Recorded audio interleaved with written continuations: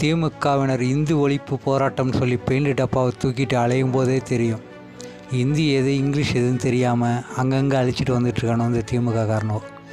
Kadainallur railway ஸ்டேஷனில் உள்ள இந்தி எழுத்து அழிக்கிறேன்னு சொல்லி அங்கே உள்ள இங்கிலீஷ் எழுத்து அழைச்சது தான் இப்போது ஒரே அசிங்கமாக போச்சு குமார் என்ற ரேஞ்சு தான் இப்போ திமுகவினருக்கு. பாஜக மாநில தலைவர் அண்ணாமலை அவர்களை ட்விட்டர் பக்கத்தில் இந்த வீடியோவை பதிவிட்டு மு.க. ஸ்டாலின் அவர்களுக்கு ஒரு வேண்டுகோளை விடுத்துள்ளார். இந்திக்கு எதிராக போராட்டம் நடத்த தெரிஞ்ச உங்களுக்கு இந்தி எது இங்கிலீஷ் எதுன்னு தெரியாமல் போச்சே முதல்வர் அவர்களே என்று கிண்டல் அடிக்கும் தோணியில் தனது ட்விட்டர் பதிவில் பதிவிட்டுள்ளார். 200 ரூபாயும் கோட்டம் கொடுக்க தெரிஞ்ச உங்களுக்கு இந்தி எது இங்கிலீஷ் எது என்று சொல்லிக் கொடுத்து அனுப்ப வேண்டியதானே என்று கிண்டல் அடித்துள்ளார் அண்ணா.